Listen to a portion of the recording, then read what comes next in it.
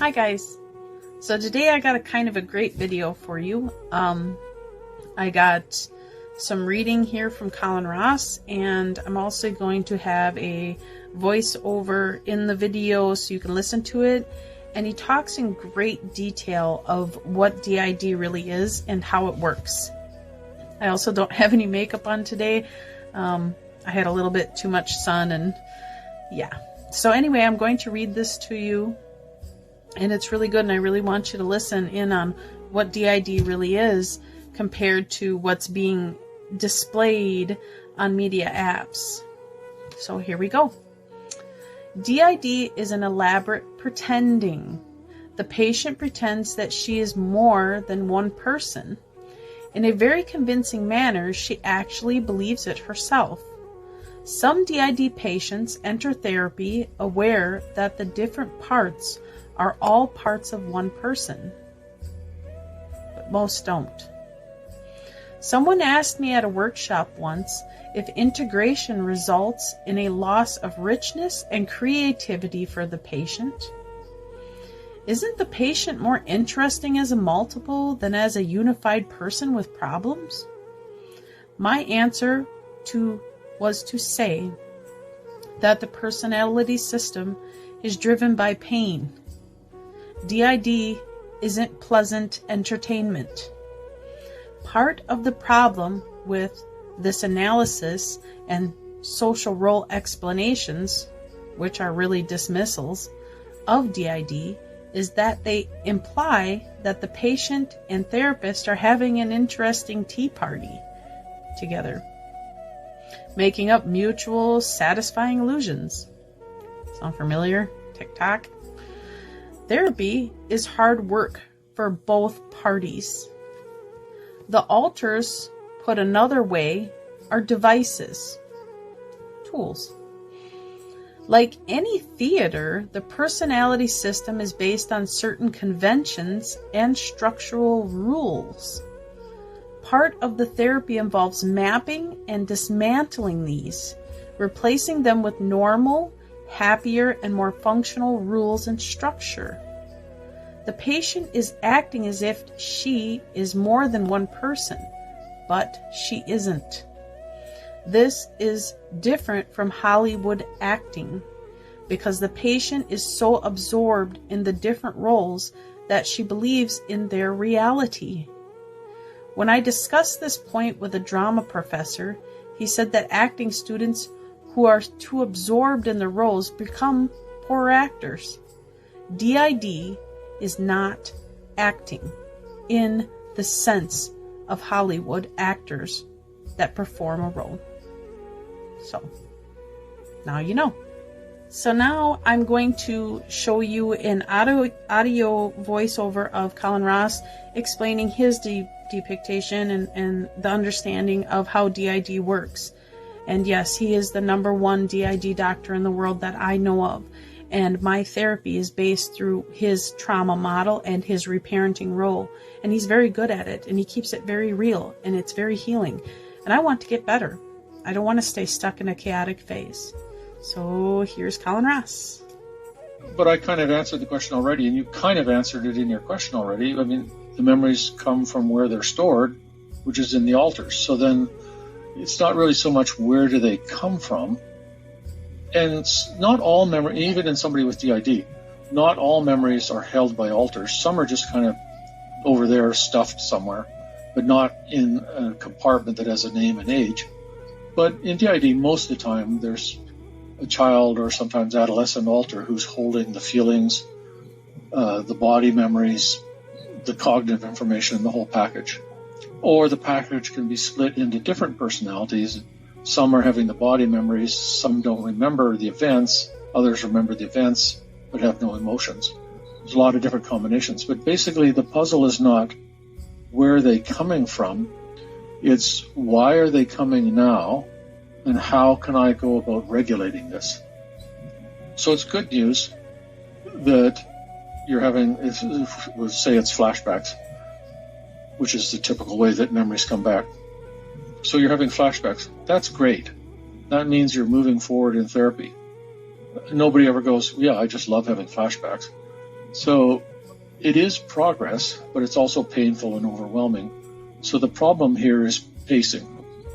So what we need to do is find out who's holding those memories, and then we may be able to talk to that person either directly or indirectly. Or we may assign another part who's a caretaker of the children on the inside. What year do they think it is? Well, if they're 4, they may not know what year it is at all. But if they're 8 or 10, they may tell you it's, like if you're 40, they'll tell you some year 30 plus years ago. So they're, like I said, they're cognitively stuck in the past. So then you want to create a safe place for them on the inside. Somebody is going to be a caretaker. You want to make sure the safe place has got a bed and some stuffed animals and maybe some books to read at bedtime, and there's enough light in there, and scary people are not coming in on the inside. And that's just soothing and calming. If you can help bring them to 2020, either by just having somebody bring them, or if they're more like 12 or 14, you can start talking through to them and saying, this is like a micro-compressed version of a whole bunch of therapy. Look out through her eyes. Look at that hand. Is that a 5-year-old girl's or an 8-year-old girl's hand or a 12-year-old boy's hand? No. Look at the feet. Whose shoes are those? Those are hers. How do her shoes get on your feet? I don't know. Well, and then I'll explain about the inside world versus the outside world. In the outside world, see, there's the floor, there's the ceiling, there's your hands, your feet. In the outside world, I'm going to tell you something that's going to be kind of crazy, you're not going to believe. The year is not 1992 or 82. The year is 2020. That's what's true in the outside world. But then there's the inside world. In the inside world, you've got your own separate body, your own separate name and age. That's real and true in the inside world. But here in the outside world, you and all the other parts live inside the same body. What year was she born? No, she was born in 1980. And what year is it? No, I can always do the arithmetic. Okay, so then according to my arithmetic, the person's either 39 or 40 now. Okay, and how old are you? I'm 8. And how old is she? Oh, she's 8 too. Okay, so that makes sense. You were born in 1980, and you're 8 years old now, and she's 8 years old too. But take a look at those hands again. Those are not 8-year-old girls' hands. Sometimes the altar hallucinates 8-year-old hands on top of the physical hands, so it doesn't work, but usually not. So in the outside world, when I'm talking to her, you're listening through her ears, you're looking out through her eyes. How many fingers am I holding up? 3. How many now? 1. So the part is answering inside the person's head, and the host is telling me the answers. Okay, so what I want you to do is check it out for yourself, especially outside the hospital. And so there's a whole bunch of teaching strategies. I'll bring the person to 2020. And then I'll explain the reason I want you to come to 2020 is, assuming this is true, sometimes you're in a battering relationship, it's not really good. But most of the time, life is a lot calmer and safer in 2020 than it was in 1988. And if you come to 2020, first of all, it's just good to know what year you're in. Otherwise, how can you deal with life? But you'll feel calmer and safer. You'll have somebody on the inside taking care of you. You'll have a safe place you can go to.